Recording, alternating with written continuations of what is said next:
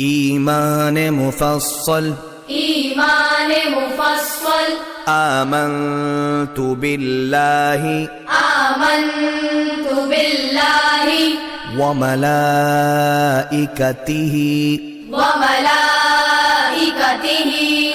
وكتبه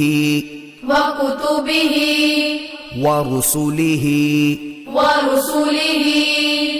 واليوم الآخر والقدر خيره وشره